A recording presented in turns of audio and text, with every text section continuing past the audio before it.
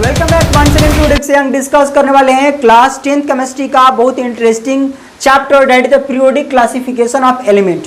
Chemistry में कहा जाए तो बहुत ही इंपॉर्टेंट रोल रखता है पीरियोडिक क्लासिफिकेशन अपने आप में। शुरुआत अभी फिलहाल में जो है एट रिसेंट हम लोग जो है मेटल जो है वो 95, जो नॉन मेटल्स है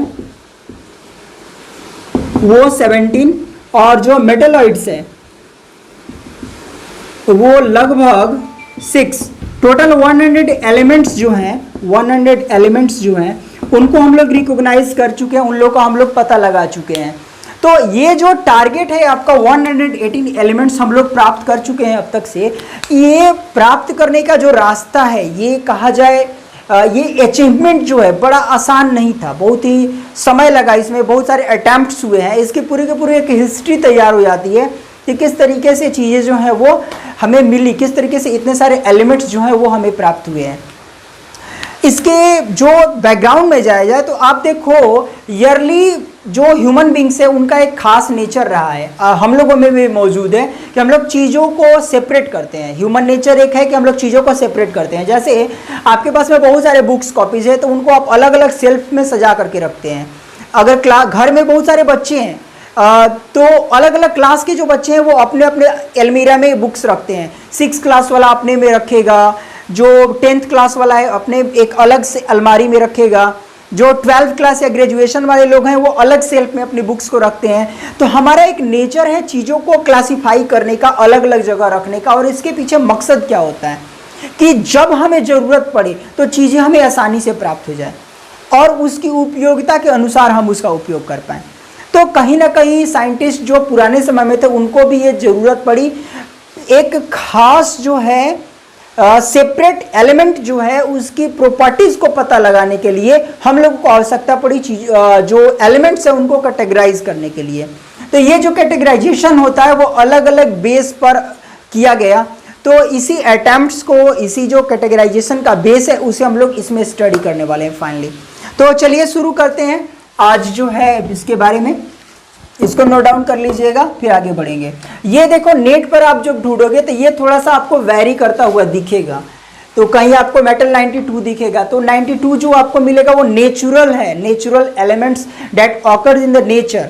जो एलिमेंट नेचुरली मिलते हैं आपको उनको उनका जो है वह नंबर वो 92 है। तो अलग अलग वैरी करता हुआ रिजल्ट आपको दिखेगा।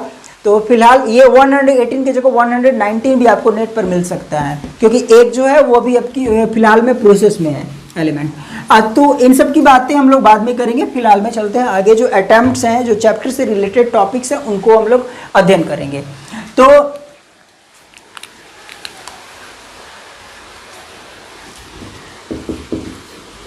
Yearly attempts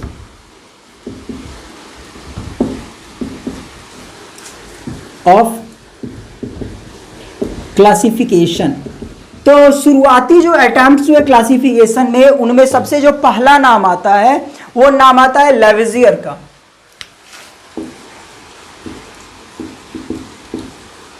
लेवेजियर classification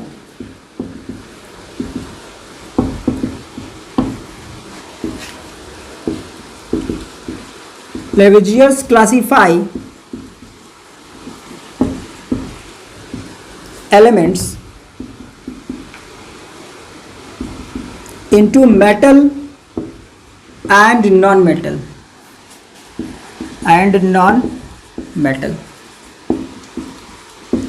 on basis of their physical properties। तो फिजिकल प्रॉपर्टीज क्या क्या होती हैं? तो मैलेबिलिटी, डक्टिलिटी, इन सब के आधार पर जो लेवेजियर्स थे उन्होंने इसका क्लासिफिकेशन कर दिया। उस समय मौजूद जो एलिमेंट्स थे उनका, तो उस समय जो मौजूद थे एलिमेंट्स उनकी संख्या लगभग 16 थी, 16 के आसपास एलिमेंट्स ढूंढे गए थे और वहां पर जो है इन्होंने इसको कैटेगराइज कर दिया फिजिकल प्रॉपर्टीज के आधार पे। मतलब जो मैलेबिलिटी, डक्टिलिटी के आधार पर इन्होंने कैटेगराइज कर दिया। लेकिन अब देखो नॉर्मल सी सिचुएशन है कि इसके अंदर में कुछ लिमिटेशंस आएंगे। लिमिटेशन आएगा। क्या लिमिटेशन आएगा जी? तो पहला नंबर का लिमिटेशन ये आएगा, पहला नॉर्मल सी बात है कि बहुत सारे मेटल्स ऐसे भी हैं जिनकी जो फिजिकल क्वालिटीज है वो मैच नहीं करती है। जैसे देखो आप लसरस की क्वालिटी देख लो, या फिर आप कलर की क्वालिटी देख लो। जैसे गोल्ड का कलर जो होगा वो गोल्डन हो जाएगा, आयरन का कलर जो होगा वो ब्राउन हो गया। तो आप मेटेलिक प्रॉपर्टी के आधार पे जाओगे तो वहां पर अलग अलग प्रॉपर्टीज मिल जाएंगी। तो इस तरीके से ये इनका फॉल्ट हुआ। दूसरी जो चीज है, कुछ ऐसे भी मेटल्स हैं जो नॉन मेटल्स की भी प्रॉपर्टी रखते हैं। तो ऐसे जो मेटल्स है जो कि नॉन मेटल और नॉन मेटल दोनों की प्रॉपर्टीज को रखते हैं, उसके लिए इन्होंने कोई जगह नहीं उसमें छोड़ा या फिर उसका कोई जिक्र इसमें नहीं था। तो ये दो लिमिटेशंस लेवेजियर्स वाले में मिलते हैं, जिसको हम लोग राइट डाउन करेंगे, थोड़ा सा इसको समझेंगे। Physical properties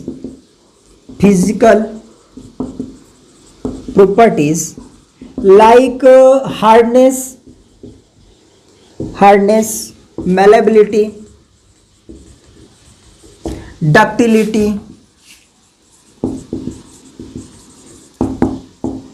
luster are common properties of most of elements। तो मोस्ट ऑफ एलिमेंट्स का ये कॉमन प्रॉपर्टी है कि जहां पर जो होगा वो फिजिकल प्रॉपर्टी उसमें मैच करेगा with some along with some difference। लो अब ये भी गड़बड़ हो गया बात। मतलब फिजिकल प्रॉपर्टी में भी सेम कंडीशंस मिल जाएगा और डिफरेंस भी मिल जाएगा आपको, ये दोनों ही चीजें आपको मिल जाएगी। तो ऐसे सिचुएशन में ये जो होगा वो मेथड फेल कर रहा था। सेकंड जो इसमें होगा वो चीज, सम एलिमेंट हैज बोथ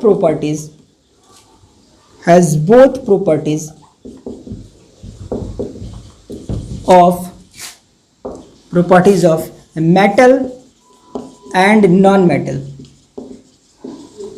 तो समअप कुछ ऐसे भी एलिमेंट्स आपको मिलेंगे जिसमें मेटल और नॉन मेटल दोनों की प्रॉपर्टीज मिलेगा।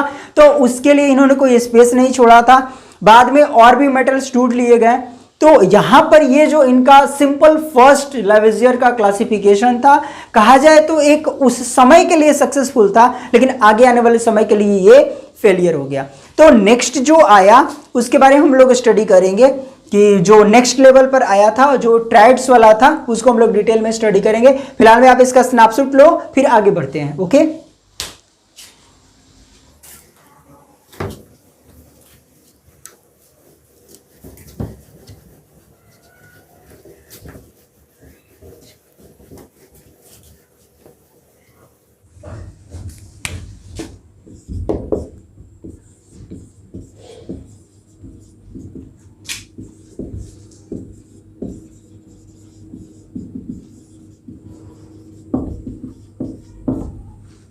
Okay, next one is Dobereiner classification.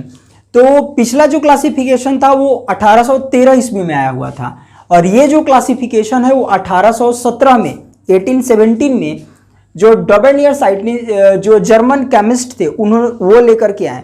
और इसमें उन्होंने क्या किया कि तीन तीन की ग्रुपिंग बनाई। उस समय में 28 एलिमेंट्स जो हैं वो ढूंढे गए थे, तो वो 28 एलिमेंट्स को उन्होंने इस प्रकार से कैटेगराइज किया कि तीन तीन की ग्रुपिंग बनाई।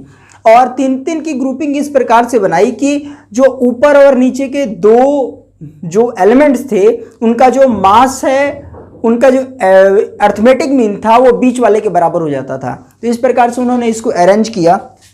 देखो इसमें उन्होंने क्या किया था, इन 1817 में, पिछला वाला 1813 में था। 5 साल के बाद इन्होंने अपना अटेम्प्ट किया। इन 1817 a German chemist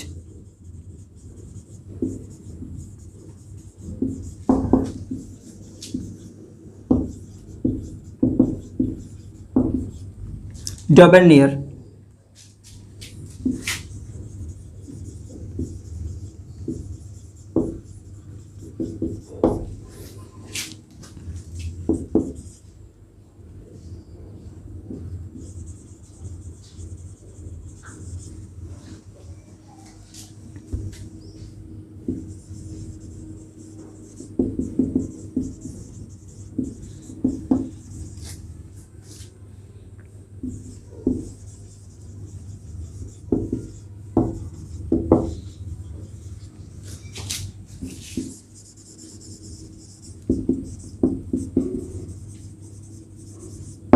देखो यहाँ से क्या किया इन्होंने, 1817 में जर्मन केमिस्ट जो थे डबर्नियर ने, उन्होंने एक ऐसा अटेम्प्ट लिया अपना, उन्होंने अपना कार्य दिया। उसमें क्या किया उन्होंने कि जो एलिमेंट्स थे उनको 3-3 के ग्रुप में अरेंज किया, और उसमें उन्होंने जो लॉ दिया अपना, तो अकॉर्डिंग टू डबर्नियर्स लॉ, तो उनके लॉ के अनुसार ये क्या था, उस समय जो दिया था उन्होंने 1817 में, वो ये कहा था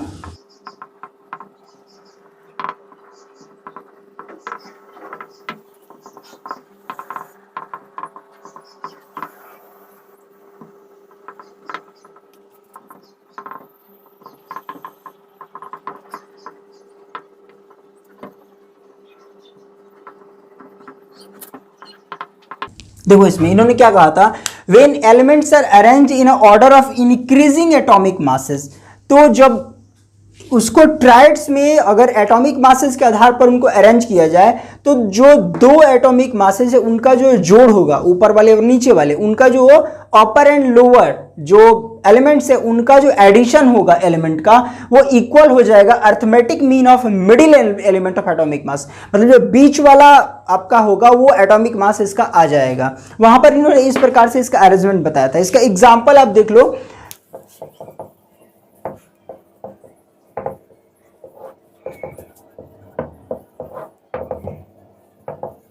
ओके तो हम लोग जो है एलिमेंट और एटॉमिक मास लेंगे और उनका मीन निकाल करके देखेंगे कि इनका जो उस समय का ट्रायड था वो कितना सक्सेसफुल था। तो अब देखो इसमें जो एलिमेंट है उसमें हम लोग 3 ले लेते हैं, chlorine, bromine, iodine. Okay 35.5, bromine 80 and 127। अब ये जो दो हैं क्लोरीन और आयोडीन, इनका एडिशन करते हैं और 2 से डिवाइड करते हैं उनका मीन निकालने के लिए। जो एवरेज मीन होता है उसको निकालने के लिए 2 से डिवाइड करेंगे। तो सबसे पहले हम लोग ले लेंगे 35.5 को और इसमें ऐड करेंगे 127 को और डिवाइड करेंगे 2 से, तो ये कितना आ जाएगा। अब देखो 35 12 2 81 के अप्रॉक्स आएगा, ये 81.2 आया। तो यहां से देखो ये लगभग करीब आया हुआ है, यहां से ये ब्रोमीन 80 है, ये 81.2 है, तो अप्रॉक्स इसके लगभग करीब आया हुआ है। 35.5 ना होकर के 35.55 कुछ और होता है, 127 पॉइंट कुछ ऐसे नंबर्स और होते हैं इसमें। तो ये टोटल एवरेज जो होगा वो इसके लगभग करीब आता था। तो यहां से जो ब्रोमीन है उसका प्राप्त हो जाता था, जो एवरेज मास है वो प्राप्त होता था। अच्छा अगला हम लोग कैटेगराइजेशन करते हैं, लिथियम, सोडियम और पोटेशियम, इसको लेते हैं 7, 23 और 39। अब इसमें हम लोग क्या करेंगे, जो लिथियम होगा और पोटेशियम होगा 7 को और 39 को ऐड करेंगे, 2 से डिवाइड करेंगे, तो ये आ जाएगा आपका 46 और डिवाइडेड बाई 2, तो ये आ गया आपका 23। देखो 23 जो है वो इसके करीब में है, तो यहां से एक जो होगा वो सक्सेसफुल ये भी हो जाता है। अच्छा अगला जो होगा वो हम लोग ले लेते हैं कैल्शियम, स्ट्रोंटियम और बेरियम। तो कैल्शियम जो होता है उसका एटॉमिक मास कितना होता है, कैल्शियम का एटॉमिक मास हो जाता है आपका 40, इसका हो जाता है आपका 87.5 और इसका 137, इस तरीके से। अब हम लोग इसको ऐड करते हैं, तो 40 एंड 137 को ऐड करेंगे, डिवाइडेड बाई 2 करेंगे, तो यहाँ से ऐड करते हैं, ये हो जाएगा आपका 7, ये 7 और 1 डिवाइडेड बाई 2 इक्वल्स टू 8 8 जा 16, 8 8 जा 16 एंड 5 2 5 जा 10, अप्रॉक्स 88.5 आया। तो लगभग जो इसका एटॉमिक मास होगा वो जो स्ट्रोंटियम है इसके करीब में आ गया। तो इस प्रकार से आप देखो तो यहाँ पर इनका ट्राइड्स लगभग सक्सेसफुल था, बट उस समय में क्या था 28 ही एलिमेंट्स थे और इसीलिए सक्सेसफुल उतना तक ही हो पाया, उतना तक भी उतना परफेक्ट नहीं हो पा रहा है। तो इसके कुछ लिमिटेशंस निकल करके आए। तो वो लिमिटेशंस क्या है उसको हम लोग जान लेते हैं। पहले आप एक बार इसका स्नैपशॉट ले लो। अच्छा, एक सवाल और, बुक्स में भी देखोगे तो 3 ही ट्रायड्स दिखाएंगे, सर भी बता रहे हैं तो 3 ही ट्रायड्स बता रहे हैं। तो क्या 3 ही थे क्या? तो इसका जवाब है हाँ। उस समय जो है वो उन्होंने 3 ही बनाए थे और आगे और फर्दर प्रोसेस करने वाले थे, लेकिन वो जो आगे जो प्रोसेस होगा वो सही से नहीं हो पा रहा था, इसीलिए 3 ही ट्रायड्स जो है वो उस समय भी मौजूद थे। चलिए आगे बढ़ते हैं और इसका स्नैपशॉट लो, फिर आगे बढ़ेंगे।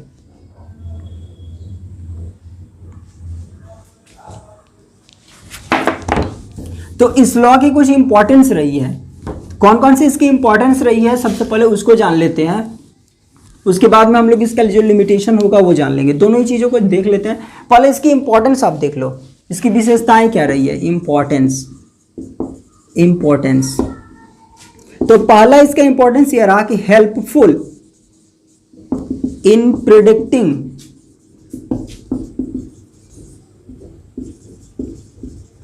Atomic mass of middle element,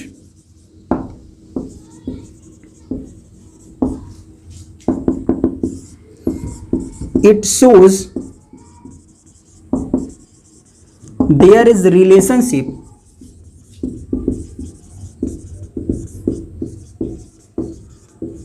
between elements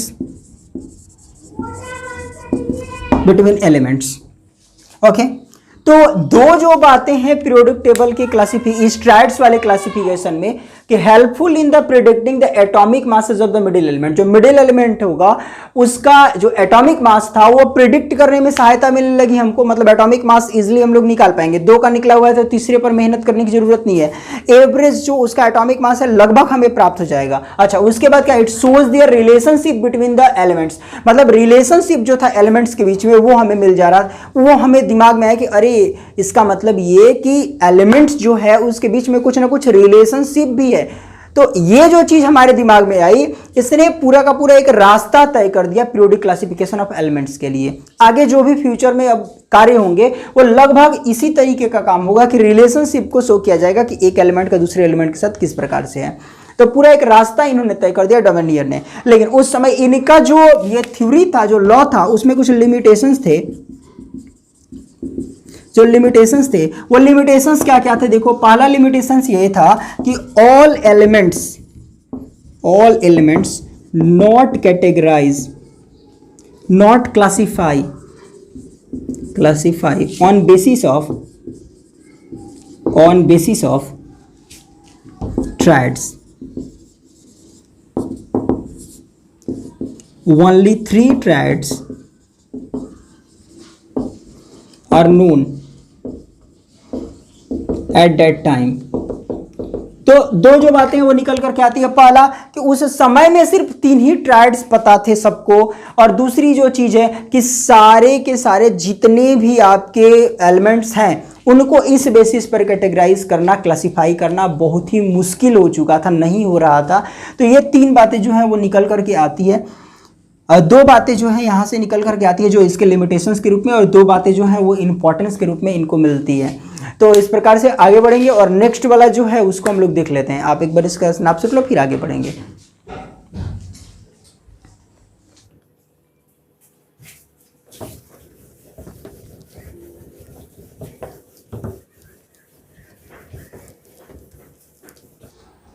and now Newlands octaves, notes of music. तो 1866 में एक साइंटिस्ट हुए, इंग्लिश साइंटिस्ट, जिनका नाम था जॉन न्यूलैंड्स।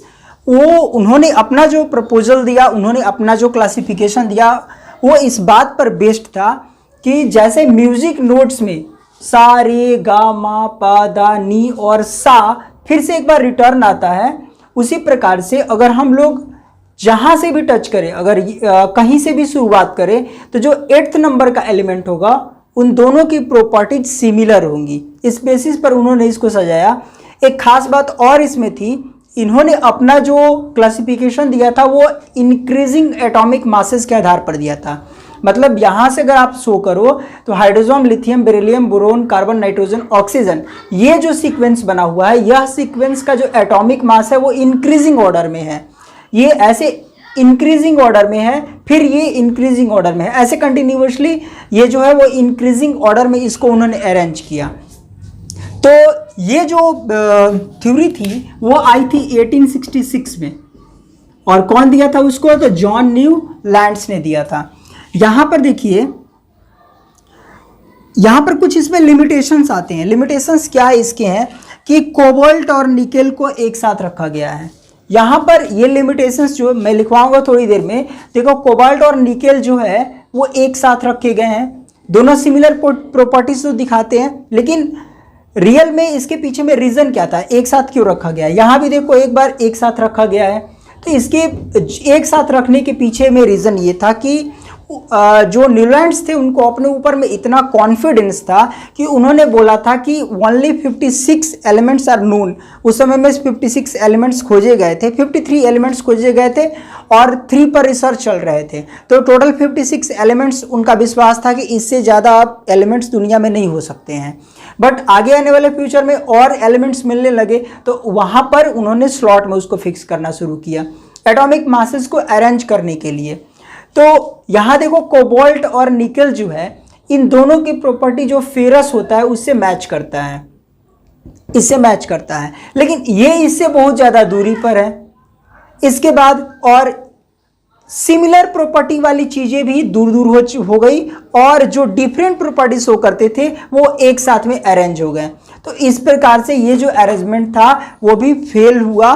बट इसके बारे में हम लोग को स्टडी करना है, तो एक बार इसको थोड़ा सा हम लोग जान ले एक बार और, क्या चीज़ का फुल जो डिफिनीशन होगा वो किस प्रकार से हम लोग दे सकते हैं कि John Newlands in 1866 proposed a classification of periodic table in which he arranged the all known elements 56 element on basis of increasing atomic masses and named it octaves on base of the notes of music सा रे गा मा पा धा नी, और English में होता है डो रे मी फा सो ला टी, इस प्रकार से।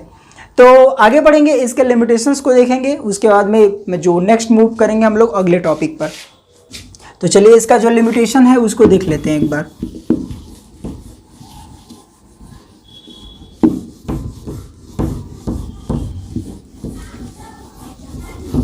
इसके बारे में थोड़ा लिख भी लिया जाए एक बार कि न्यूलैंड्स ऑक्टेव्स का क्या था और क्या चीज़ें उन्होंने इसमें बताई। तो ऐसे लिख लेते हैं कि इन 1866 English scientist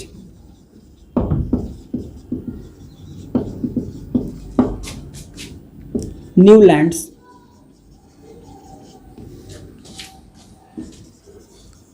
arrange all known elements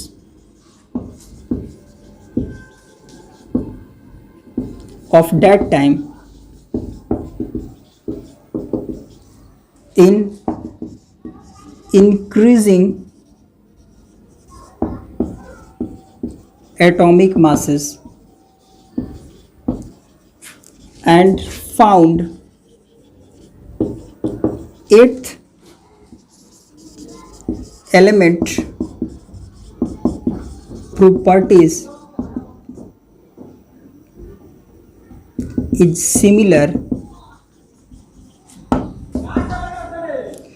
to given element to a starting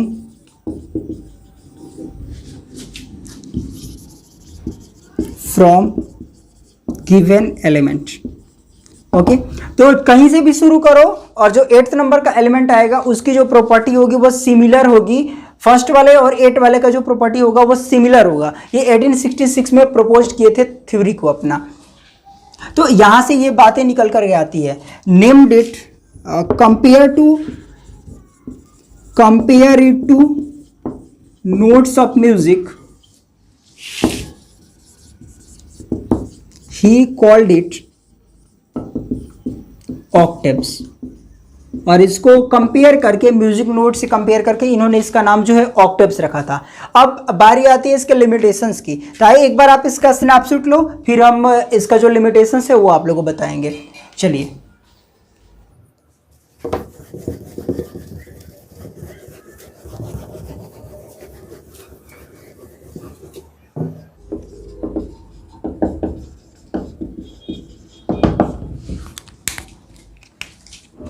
इसमें 3 आपको जो है लिमिटेशंस मिलेंगे। This law worked well for lighter elements.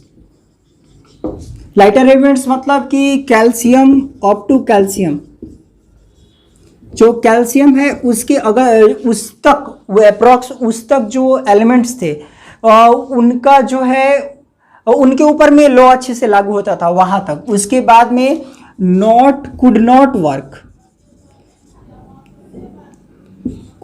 Work well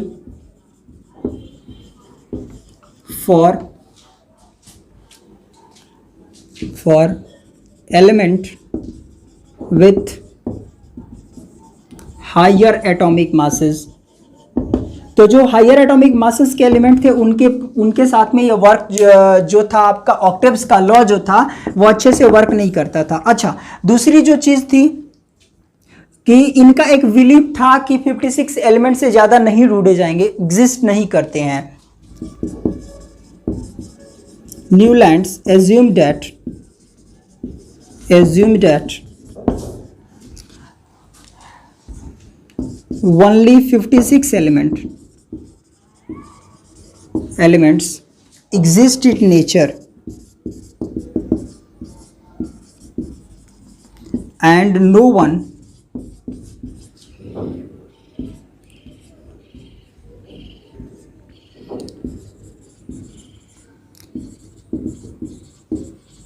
discovered in future। तो आगे फ्यूचर में भी कोई डिस्कवर नहीं होगा। 56 एलिमेंट जो होते हैं वो नेचर में एग्जिस्ट करते हैं, ऐसा उनका बिलीव था। बट ये जो है वो आगे जाकर के समाप्त हो गया। ऐसा जो उनका बिलीव था वो फेल हो गया और जो और सभी एलिमेंट्स है वो ढूंढे गए। Later on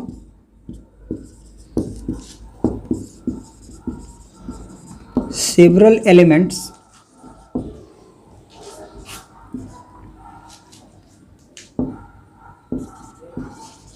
were discovered।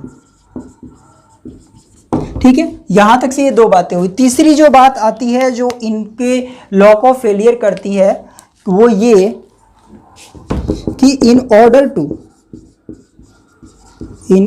To fit element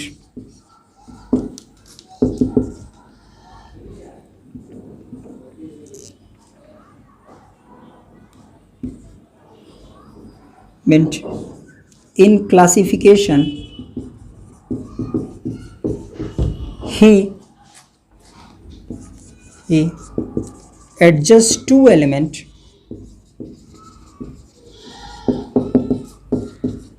in 1 slot। तो दो एलिमेंट्स को एक स्लॉट में फिक्स करने लगे और उन सबको अरेंज करने के लिए